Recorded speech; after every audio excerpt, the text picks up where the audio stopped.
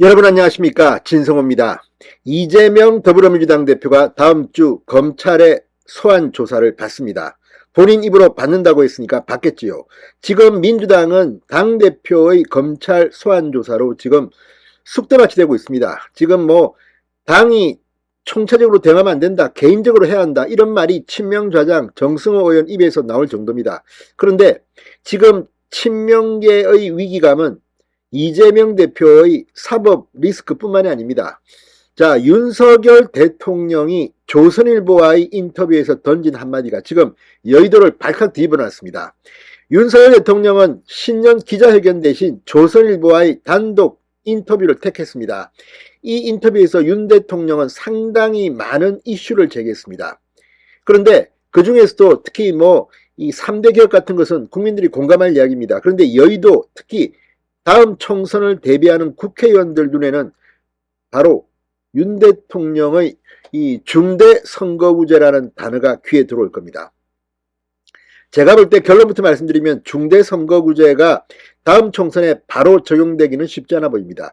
기술적으로도 굉장히 난이도가 높은 게임입니다. 그렇지만 윤 대통령이 던진 이 이슈, 여야 할 것 없이 지금 굉장히 충격에 쌓인 모습입니다. 그런데 여당 역시 마찬가지지만 야당은 특히 긴장하고 있습니다. 특히 친명, 이재명계는 괴멸될지도 모른다는 불안감에 떨고 있습니다. 반면 반명, 그러니까 이재명과 거리를 둔 이 비주류들은 중대선거구제를 환영하고 있습니다. 왜 그럴까요?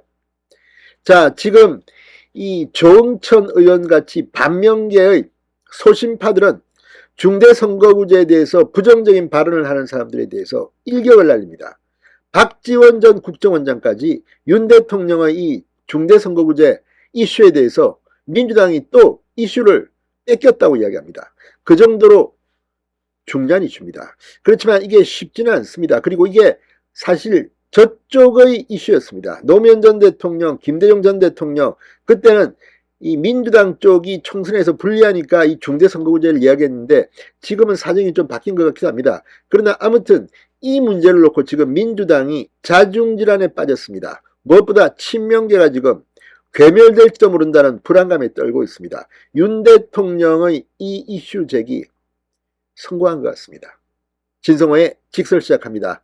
방송에 앞서 아직 진성호 방송에 구독자가 아니신 분은 붉은색 구독 버튼 눌러주십시오. 더 좋은 방송으로 보답하겠습니다. 실제 이 이슈 적용하게 되면 수도권에서는 상당히 해볼만 합니다. 그렇지만 지역에 가게 되면 호남 지역에서 상대적으로 민주당이 유리합니다. 영남 지역은 대신 부산, 울산, 경남이나 대구, 경북까지도 민주당이 엄청나게 많은 의석을 가져올 수 있기 때문에 불리할 수 있습니다. 그러나 수도권, 서울, 경기도의 의석이 워낙 많기 때문에 국민의힘 입장에서도 크게 손해볼 일은 아닙니다.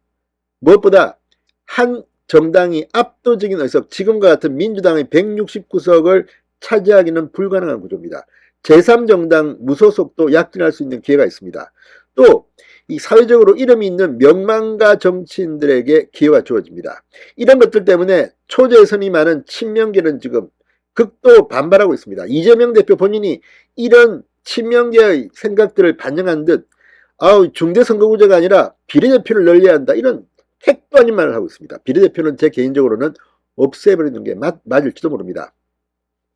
자, 이재명 대표 지난 4일 기자들과 만나 제3의 선택이 가능한 정치 시스템이 바람직하다는 말씀을 드렸고 그 방식이 중대선거구제여야 한다고 생각지는 않는다. 비례대표를 강화하는 것이 맞겠다는 생각이라고 부정적 반응을 보였습니다. 골수 친명 김용민 의원도 페이스북을 통해 정당 민주화 없이 중대선거구제 도입은 위험하다. 정치 기득권 강화, 계파정치 보완만 가져올 것이라고 반대 의사를 밝혔습니다. 초재선이 다수인 다른 친명계 의원들도 공식적으로는 말을 아끼지만 물밑에선 비슷한 반응을 보이고 있다고 합니다. 반면 비명계의 반응은 다릅니다. 상대적으로 중대선거구제에 적극적입니다. 비명계는 중진급들이 주류로 상대적으로 인지도가 높아 중대선거구제를 해도 당선을 자신하는 기류가 강합니다. 조응천 의원이 오늘 KBS 라디오에 나와 나는 평소부터 중대선거구제 해서 비토크라시를 깨야 한다. 지금과 같은 적대적 공생관계로는 한 발자국도 못 나간다고 해왔다. 상당수 의원들이 중대선거구제에 머뭇거리는 데 대해서는 이대로 가면 안 되죠. 바꿔야 한다. 바꿔야 된다고 평소에 이야기하다가 바꾸자 그러면 다들 갸우뚱거리고 미적미적거린다. 왜 그러냐? 기득권 때문이다. 지금 뭐라고 토를 다는 분들은 기득권을 놓기 싫은 분들이다. 던져야 한다고 일침에 가 있습니다. 사실 저는 책임 정치라는 면에서는 소선거구제가 맞다고 봅니다.